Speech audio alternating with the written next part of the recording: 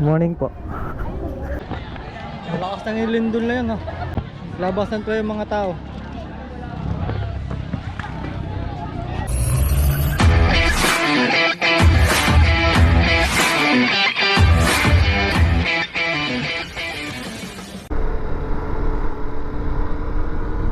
Okay, good morning. So ngayon, on the way kami ng Kalaka para sa gaganaping Co-op month ng District 1. Sa Kalaka ngayon siya gaganapin. Noong nakaraang taon sa Balayan, ngayon naman dito naman sa Kalaka. So malapit lang naman dito, kaya nagmotor na rin kami, tsaka dito na rin kami dumaan. Kasi yung ibang tropa namin, ibang kasama ay naka-jeep. So sila ay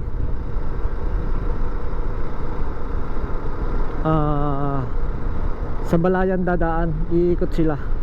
Kasi may mga kasama pang ibang dadaanan na magagaling doon sa may Banilad, kaya doon na sila iikot.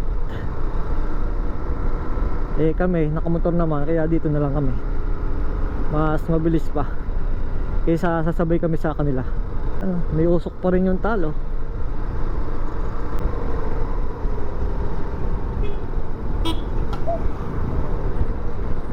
So dahan-dahan lang tayo dito kasi school zone yun.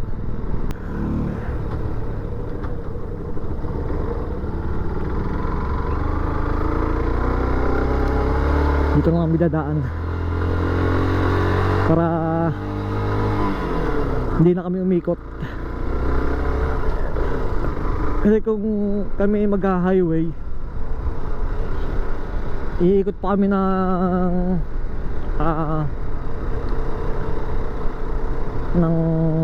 Kalaka Church at iikot pa kami doon. So kung dito kami dadaan, tumbok na namin yung venue ng paggaganapang dito sa Kalaka. Ganda ng mga kabayo.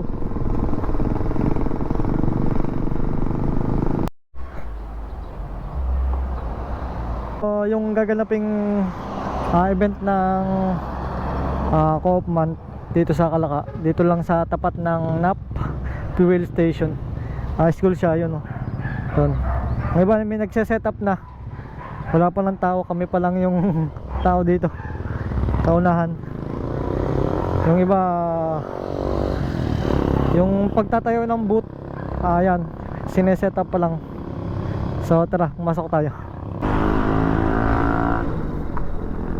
Ito na yung ating, saan tayo pwedeng pumarking. Kala ko kakunti pa pala, marami ng tao din sa loob. Ito yung mga tatayo ng booth. Balayan, City of Kalaka. Ano ba kayo? Nasugbo po. Yan, Talatagan, Lemery, Lian. Ayun, amin Nasugbo, Taal, tapos Tuwi. Welcome City of Kalaka. Yan, dito tayo.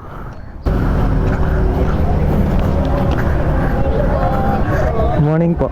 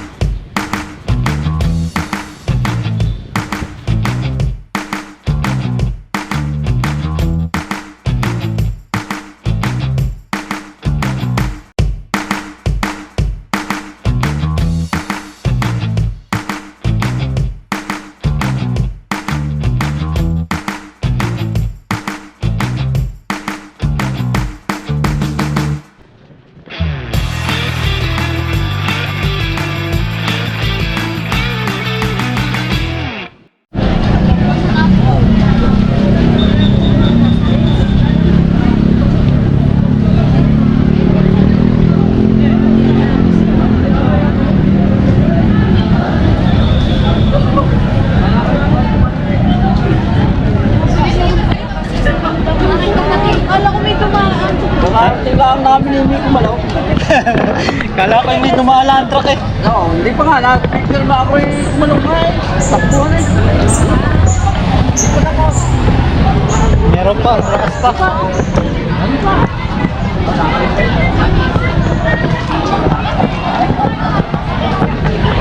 Biglang lumindol, ang lakas.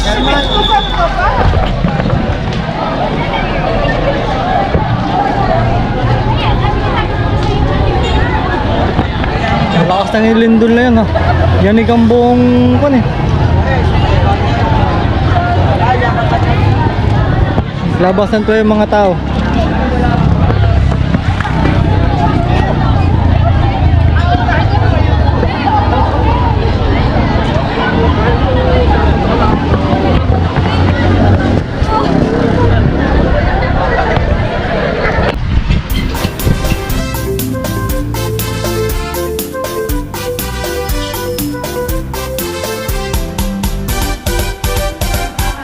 Okay, so yun.